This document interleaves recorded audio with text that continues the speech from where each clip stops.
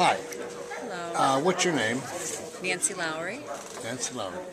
Nancy, I got a few basic questions. Could you tell me basically why you're here? Well, I decided to get involved in Anne Marie Burkle's campaign in July, and I called her office to do some volunteer work in her DeWitt campaign office.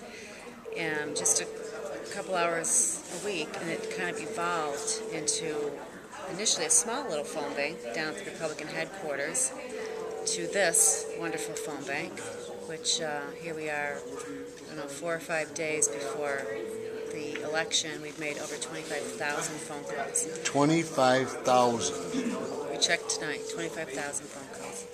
So And that's quite remarkable. I understand that there are 5 or 6 other organization phone banks like this in the state doing the same thing. Right. 5 or 6, or I think there are, I want to say there's closer to 8, and we're number 2. when you say you're number 2, what do you mean? We've made the second highest number of calls. Really? We're 7,000 behind Poughkeepsie as of tonight, and they started earlier than us. So Poughkeepsie's almost in Long Island, yeah, so. yeah. So a lot more people, and but I think the interest and the commitment in this county and this district is huge. They want to see some change. Do you belong to any local grassroots organizations or political clubs or anything like that? Nothing. Have you ever been active before in a political campaign in some way? Maybe a yard sign. Why now? Well, I think what really did it for me is I have 3 kids. They're 23, 20, and 17.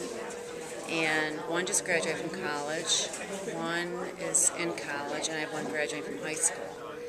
And I think I started to feel it was my personal responsibility to do something more than just, not to minimize voting, because I think that's an ultimate privilege, but that beyond that as frustrated as I was and angry as I was, I had to do something that was more of an action.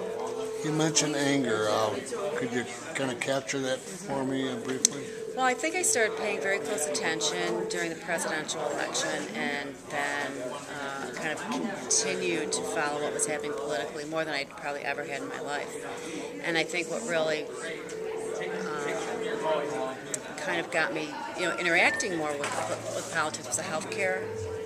And I would write my congressman, Dan Maffei, and call his office and just try to get a sense of his position, let him know what my concerns were. And I would research, and I really don't read the local newspaper. I get most of my news from What kind online. of response did you get from Maffei's office? I would have to say it was on topic, but it really wasn't responsive specifically to what my questions were. And then I called right before the actual election, or I'm sorry, the actual vote, to see how he was going to vote. And the office was explaining he still hadn't decided. And I just found that hard to believe, that somebody would not, of his position at that point, wouldn't have known how he was going to vote on something that was that large of an issue to his country. So I felt that I wasn't being spoken to in an honest manner.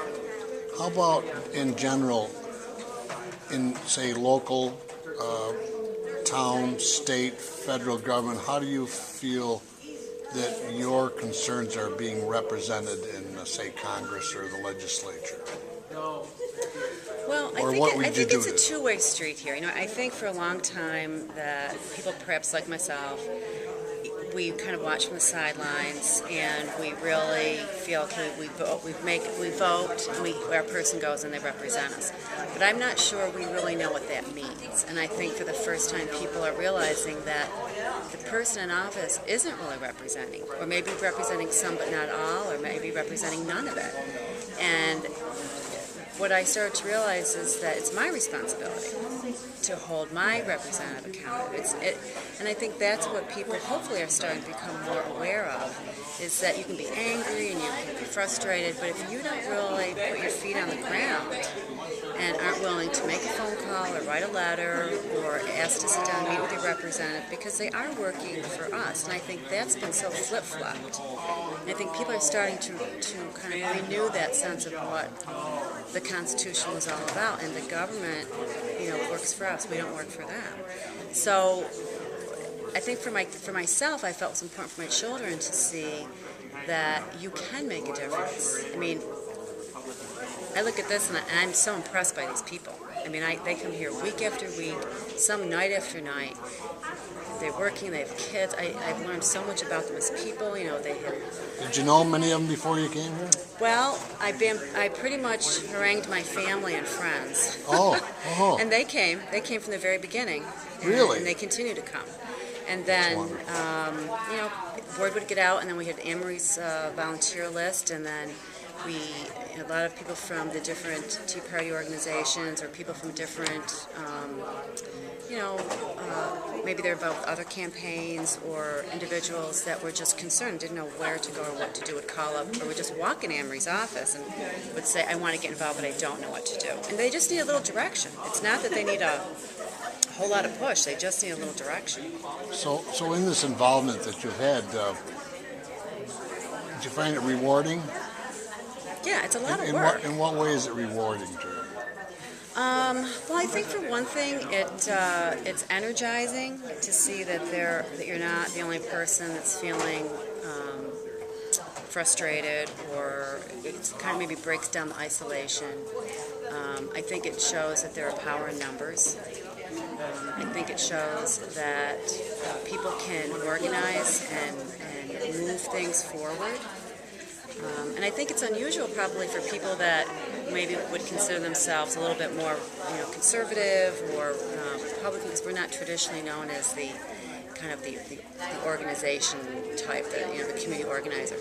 But you know, that is kind of the foundation of this country. I mean, I think that's the beauty of America. I think it's in our DNA. That when we're angry, you know, we'll sit by for a while and see what happens, and maybe we'll let somebody else take the lead, and then eventually it's like, you know, we draw the line in the sand. It's time Yeah, to I've move kind of forward. done that myself. I've always said, why doesn't the silent majority become vocal? Then I realized, well, I am one of them, so Yeah, that's right. what you're saying is about the same thing. But I think people work, they have families, they do volunteer work, and it takes a lot of energy, and it takes a conscious decision. I mean, it's not something that you have to really decide to do. Well, do you have a day job?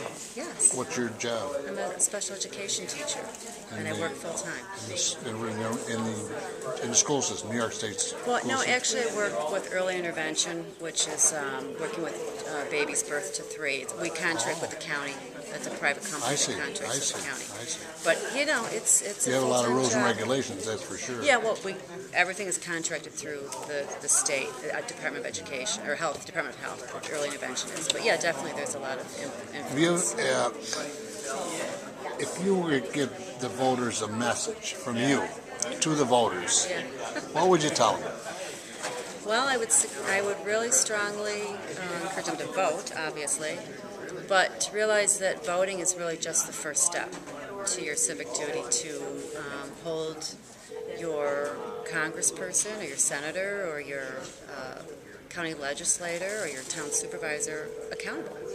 And it means not just walking away after you cast your ballot. It's, are they really representing you? And you have the right and you have the responsibility to follow through on that. What do you think your plan will be after election day Right. regarding involvement or something? Well, you know, what I realize is I think some people feel very intimidated by the elected official. I mean, you know, they walk in the room and they're the first ones introduced. And I think the first ones to be introduced are the people that helped get them elected, or the people that have volunteered, or the people that spend 20 hours a week doing volunteer work in their community. Those are really the people that make our community strong. The elected officials are there because we are giving them the opportunity to represent us. And we have to flip it back. And I think for me personally, they're members of my community. I don't feel intimidated by them. I think there's someone that I can reach out to and call and walk right into their office beyond just writing a letter and ask for an appointment to sit down and meet with me. I mean, I have the right to ask for that. And it's their responsibility to do that. Excellent. I want to thank you so much for this briefing.